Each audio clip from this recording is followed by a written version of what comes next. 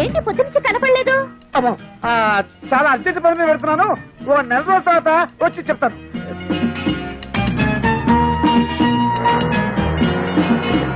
Hi Gopi.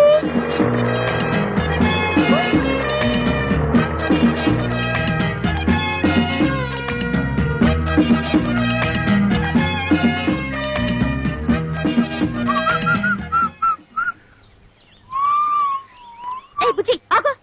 ఏంటి పొద్దున్న చూస్తున్నా అందరూ నుంచి పారిపోతున్నారు?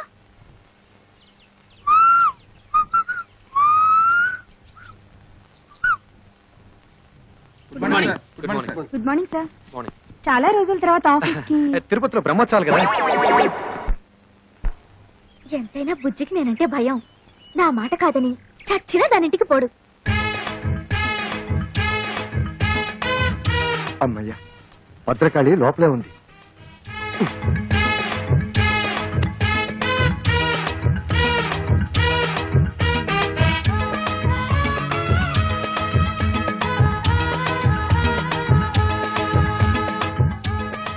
సడన్ గా ఇంత దొంగచాటుగా రావాల్సిన కర్మ మీకేంటండి?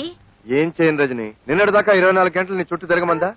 అదేంటో ఇవాళ నుంచి నిన్ను తలెత్తు కూడా చూడకూడదు అంటుంది. ఏమో చిచి, అసలు మీలాంటి పెళ్ళా చోటు మొగుని చూస్తుంటే నాకే సిగ్గేస్తుంది. అసలు నాకే సిగ్గేస్తుంటే ఏం చేయమంటావు? నాకు తిక్కరేగిందంటే ఆ దేవుణ్ణి కూడా లెక్క చేయను. తీసుకోండి. సారీ పర్లేదండి, పర్లేదు.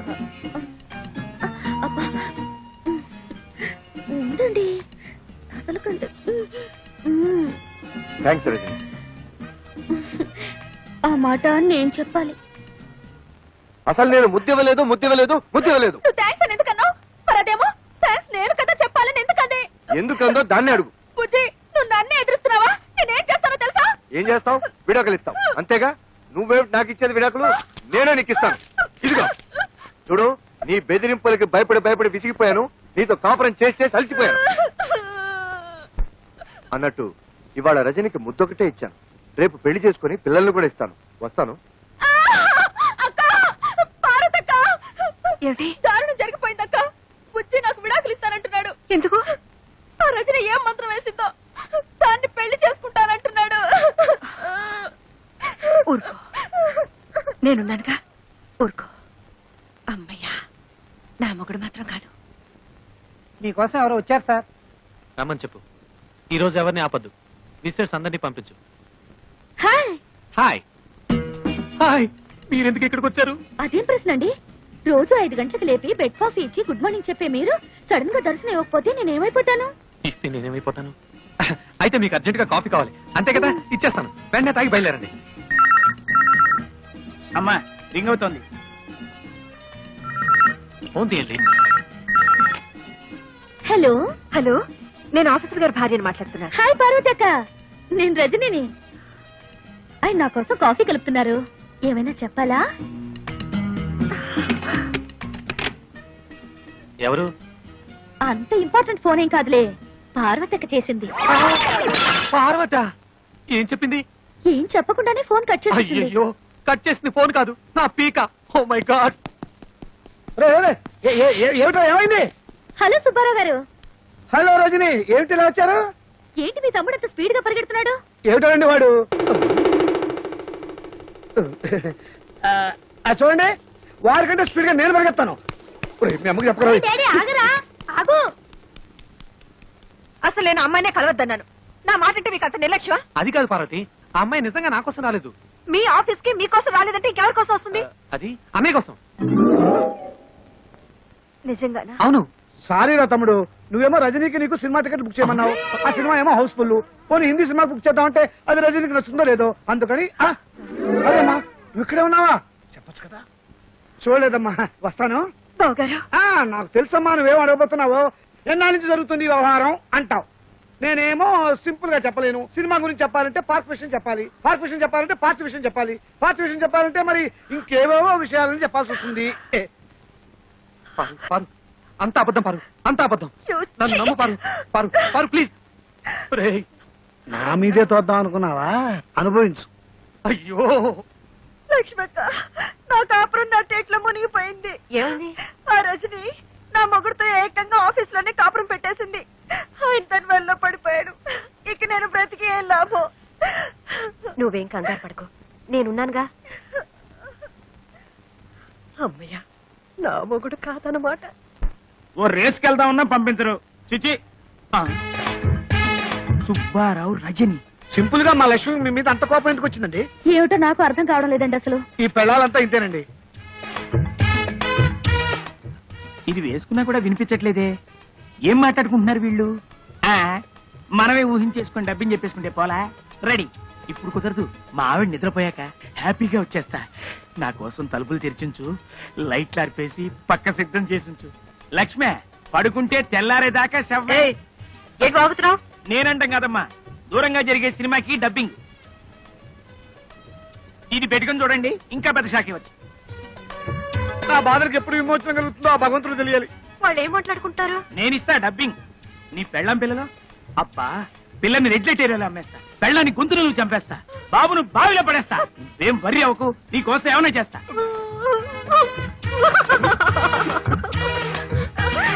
అమ్మ పార్వతి, సరస్వతి, అంతా అయిపోయింది. అర్థమైందక్క. ఆ మాయలాడి ఊపిలో మీ ఆయన కూడా కూరుకుపోయాడు అనమాట. అంతేకాదు, నన్ను నా పిల్లల్ని చంపేసి దాంతో వెళ్ళిపోతాడంట. అయ్యో, మరి బతుకులు ఇలా అయిపోయాయంటక్క. సొంత చెల్లెళ్ళంటే మిమ్మల్ని తిండి తిప్పలు లేకుండా చేసినందుకు దేవుడి దేవుల నాకు ఇది బాగా కావాలి. అయ్యో, అంత మాట అనకక్క. పాపిస్తుందని నేను అనరాని మాటలని నిన్ను కష్టపెట్టాను. కాదక్క, ఉమ్మడి కుటుంబం విలువ తెలియక నేనే మీ ఇద్దరు మనసులో బాధ పెట్టాను. పోండేమా, దేవుడి దయ వల్ల మన ముగ్గురు ఒకటయ్యాం కాబట్టి గట్టిగా వాళ్ళని నిలదీసి అడుగుదాం అనుకుంటే వాళ్ళు మన మాట వినరే. ఇంతకీ మన గతి ఏమిటి? ఇప్పుడు మనకి ఎవరు దిక్కు? ఆ మాట్లాడడానికి సిగ్గులేదు. వెళ్ళా రజని నిలదీయండి.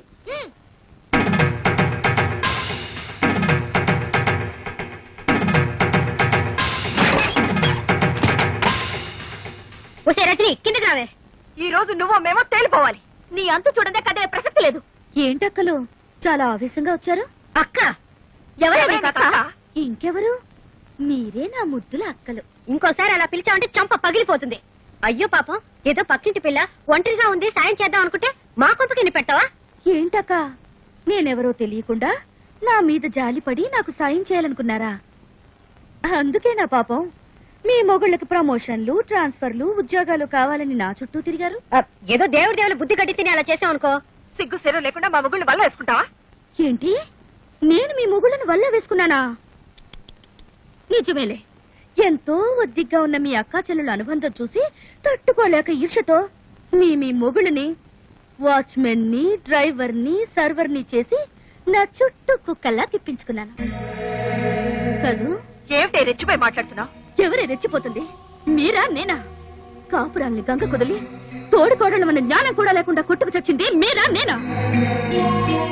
ఆడంబరాలకి అహంకారాలకి పోయి తాతయ్యంటే గౌరవం లేకుండా, మొగుళ్ళంటే అభిమానం లేకుండా, పిల్లలంటే ప్రేమ కూడా లేకుండా స్వర్గం లాంటి ఉమ్మడి కుటుంబాన్ని నరకం చేసుకుంది ఎవరే? మీరా నేనా?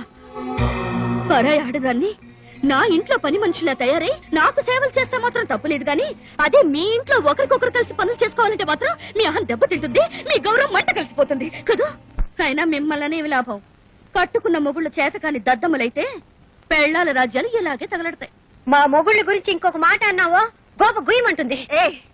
ఈ క్షణం నుంచి మా మొగుళ్ళ వంక తల తిప్పి చూసావో ఏం చేస్తారు? గొంతు విసికి చంపేస్తాం. ఏడ్చారు. అనవసరంగా నాతో పెట్టుకోకండి. నువ్వు మాతో పెట్టుకోకు, మాడి మసైపోతావు. మీతో నాకేంటి? మీరు నా కాలి గోటికి సరిపోరా. నిన్ను చంపేస్తానే.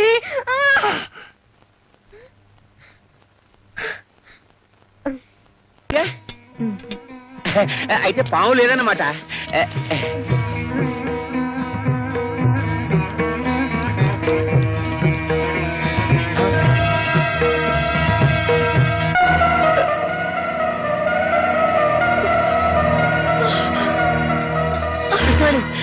ఎంత పని జరిగింది? ఇష్టమేనే. కృష్ణవేణి కృష్ణవేణి అమ్మా కృష్ణవేణి కృష్ణవేణి అబ్బా అబ్బా మీతో కలిసి బతికే అదృష్టం నాకు లేదు, కానీ మీకోసం చనిపోయే అదృష్టం నాకుంది. చాలండి. అమ్మా, రజని నాళ్ళు మీ వెంట పడింది తనకు తండ్రి ఉన్నాడని ఈ లోకానికి తెలియచేయడానికే కాదు, మీ డబ్బు కోసమో మిమ్మల్ని మోసం చేయడానికి కాదండి. మోసపోయింది నేను కృష్ణవేణి. నీలాంటి ఉత్తమురాల్ని దూరం చేసుకుని జీవితంలో అన్ని పోగొట్టుకున్నాను. నువ్వు చావడానికి వెళ్ళలేదు, నువ్వు చావడానికి వెళ్ళలేదు. ఎవరు కాపాడేవాళ్ళు లేరా? కాపాడేవాళ్ళు ఎవరు లేరా?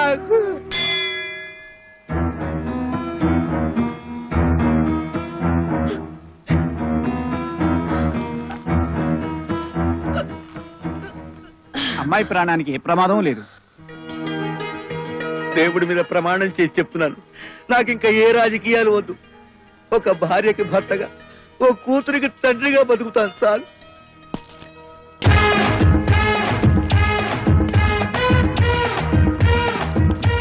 చూసారా బ్రదర్స్, కష్టాలు తెచ్చేది పెళ్ళాలి, కష్టాలు తీర్చేది పెళ్ళాలి.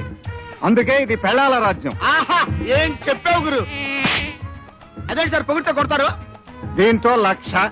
ఆహా, థ్యాంక్ యూ సార్. ఇందులో పడేయండి. ఆహా, థ్యాంక్ యూ.